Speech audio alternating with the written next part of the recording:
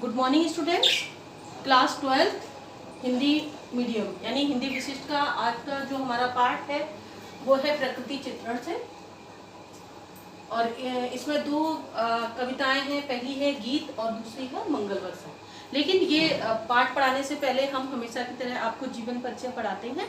तो आज हम आपको विशिष्ट कवि जो हैं, आपने शायद इनका नाम आप बचपन से इनकी कविताएं सुनते आ रहे होंगे, उनके विषय में हम पढ़ाने जा रहे हैं। वो हैं जयशंकर प्रसाद जी। इनके विषय में आपने पढ़ा हुआ, इनकी कई कविताएं आपने पढ़ी हैं, नाटक पढ़े हैं, ज़्यादातर ये कवि रूप में प्रतिष्ठित हुए हैं। पर आज हम आप इनके जो जीवन परिचय है वो पढ़ाने जा रहे हैं। तो ये छायावाद के प्रमुख कवि माने जाते हैं। छायावाद का जो प्राकट्य है वो कहा जाता है कि जयशंकर प्रसाद से हुआ है।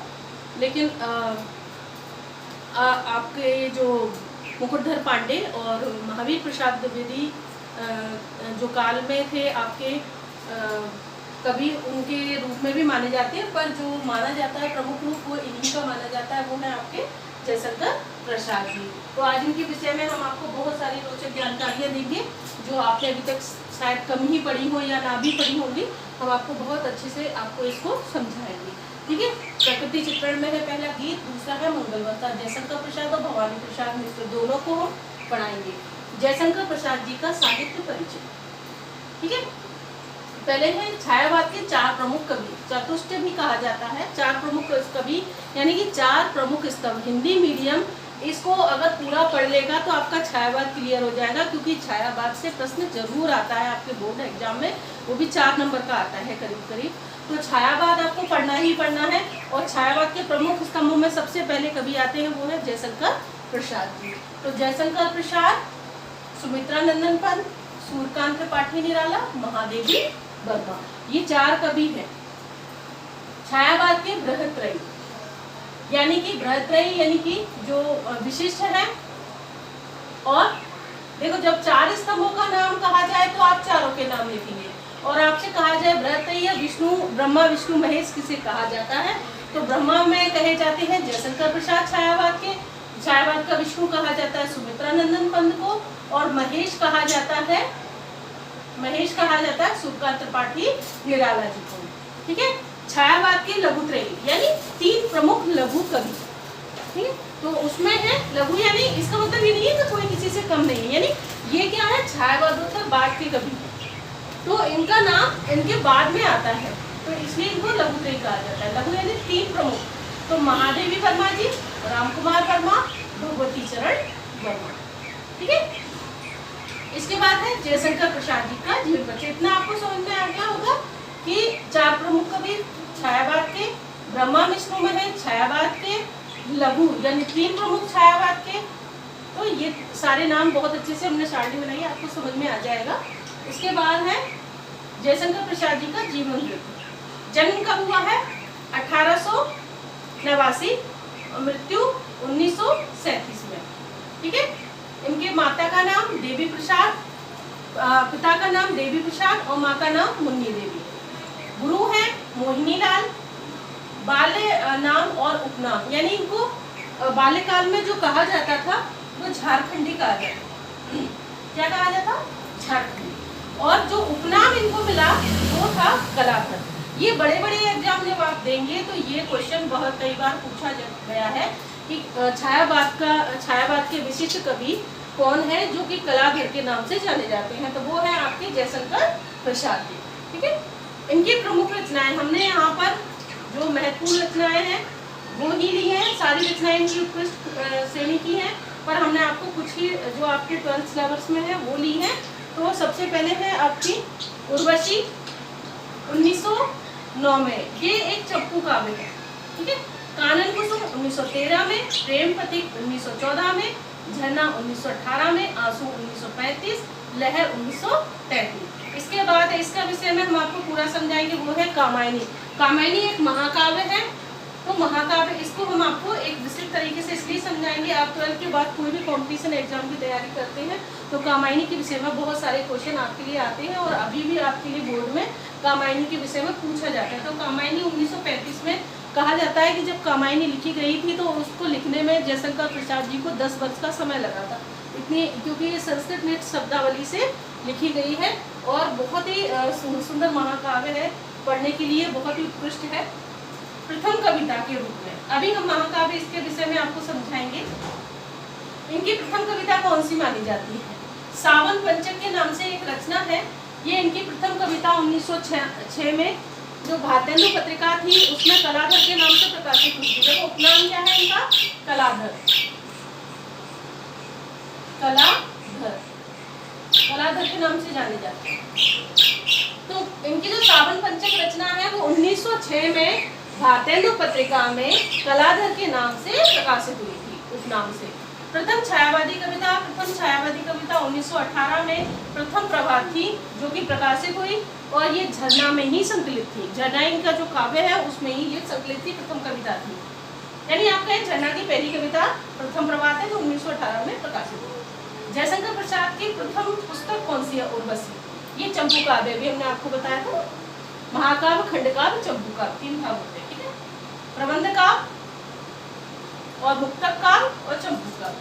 खड़ी बोली में जयशंकर प्रसाद का प्रथम काव्य संग्रह है कानन कुसुम है। खड़ी बोली यानी कि जो साहित्यिक हिंदी का जो रूप आया उसमें झरना को छायावाद की प्रथम रचना स्वीकार किया गया है।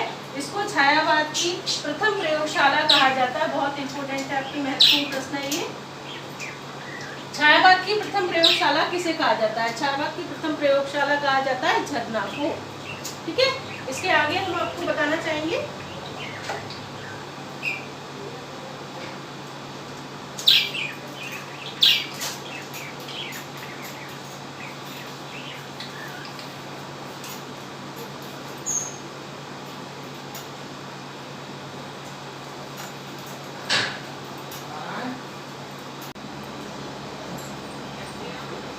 इसके आगे पढ़ेंगे हम इनके नाटक।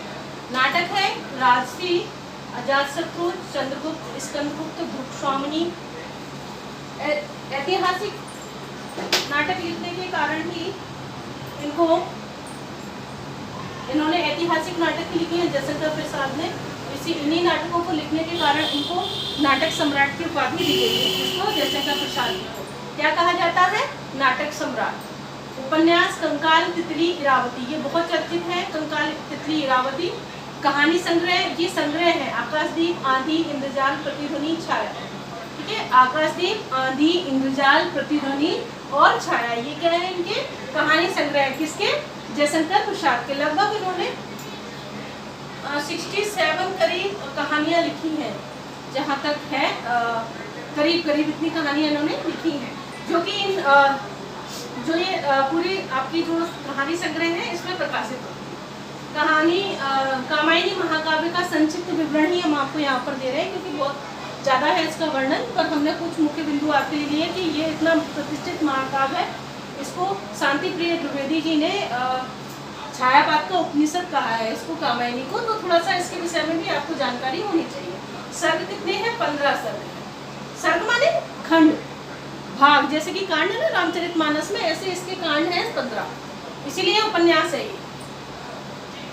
अंगीरस इसका जो प्रमुख रस है वो शांत रस है। दर्शन है समरसतावाद, आनंदवाद। प्रमुख पात्र है इसके, पात्र इसके बहुत हैं, लेकिन यहाँ पर प्रमुख पात्र जो मुख्य है वो है मनु, श्रद्धा, इड़ा और कुमार। ये छंद जो है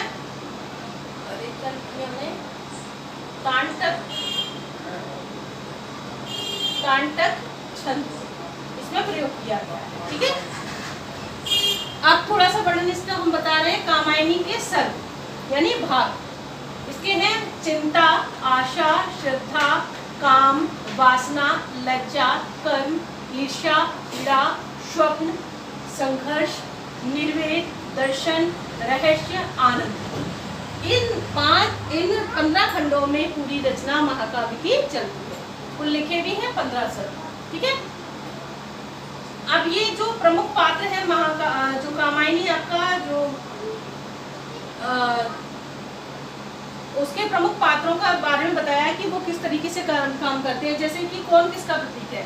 जो मन का प्रतीक कौन है? मनु।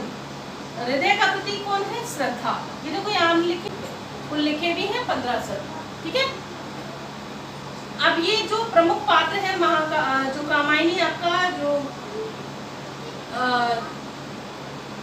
उसके प्रमुख पात्रों का बारे में बताया कि वो किस तरीके से काम करते हैं। जैसे कि कौन किसका प्रतीक है, जो मन का प्रतीक कौन है, मनु। हृदय का प्रतीक कौन है, श्रद्धा। ये देखो यहाँ लिखे है ना सारे। बुद्धि का प्रतीक है इड़ा और मानव का प्रतीक है उमा। ये आपको ऐसे ही पूरा अच्छे से याद करना है, ये बहुत जरूरी है। आगे भी आपके एग्जाम में ये क्वेश्चन आते हैं। और आप जैसे प्रेमचंद्र हैं, प्रेमचंद्र जी को अगर आप लें और आप जयशंकर प्रसाद जी को लें, आपके हजारी प्रसाद द्विवेदी, महावीर प्रसाद द्विवेदी, आचार्य रामचंद्र शुक्ल, तुलसीदासु, दास कबीर, जो प्रमुख कवि आप छोटी क्लासेस से पढ़ते आ रहे हैं 12th तक, और अगर आप उनको बहुत अच्छे से तैयार कर लेते हैं तो आगे के एग्जाम में भी आपको इनके लिए बहुत अच्छे से तैयारी हो जाएगी और आपके लिए बहुत अच्छे क्वेश्चन तैयार हो जाएंगे। आगे के लिए भी आप अच्छे से ध्यान देंगे तो सब कुछ आपका तैयार हो जाएगा। ठीक है। अब कहा जाता है प्रेम और सौंदर्य का कवि किसे कहा जाता है, प्रेम और सौंदर्य का कवि कहा जाता है जयशंकर प्रसाद। जयशंकर प्रसाद। ठीक है। और उपन्यास सम्राट जयशंकर प्रसाद, कहानी सम्राट मुंशी प्रेमचंद, और निबंध सम्राट, आलोचना सम्राट तो आपके आएंगे आचार्य रामचंद्र। ठीक है। और आंचलिक उपन्यास सम्राट वो फणीश्वरनाथ रेणु। कहानी और उपन्यास दोनों में प्रेमचंद आएंगे। तो ये चीजें आपको छोटे छोटे जो प्रश्न हैं ये पूछे जाते हैं, जो आपको बहुत अच्छे से तैयार। उम्मीद है कि आपको बहुत अच्छे से ये समझ में आया होगा और इसका फोटो भी हम आपको भेजेंगे। धन्यवाद।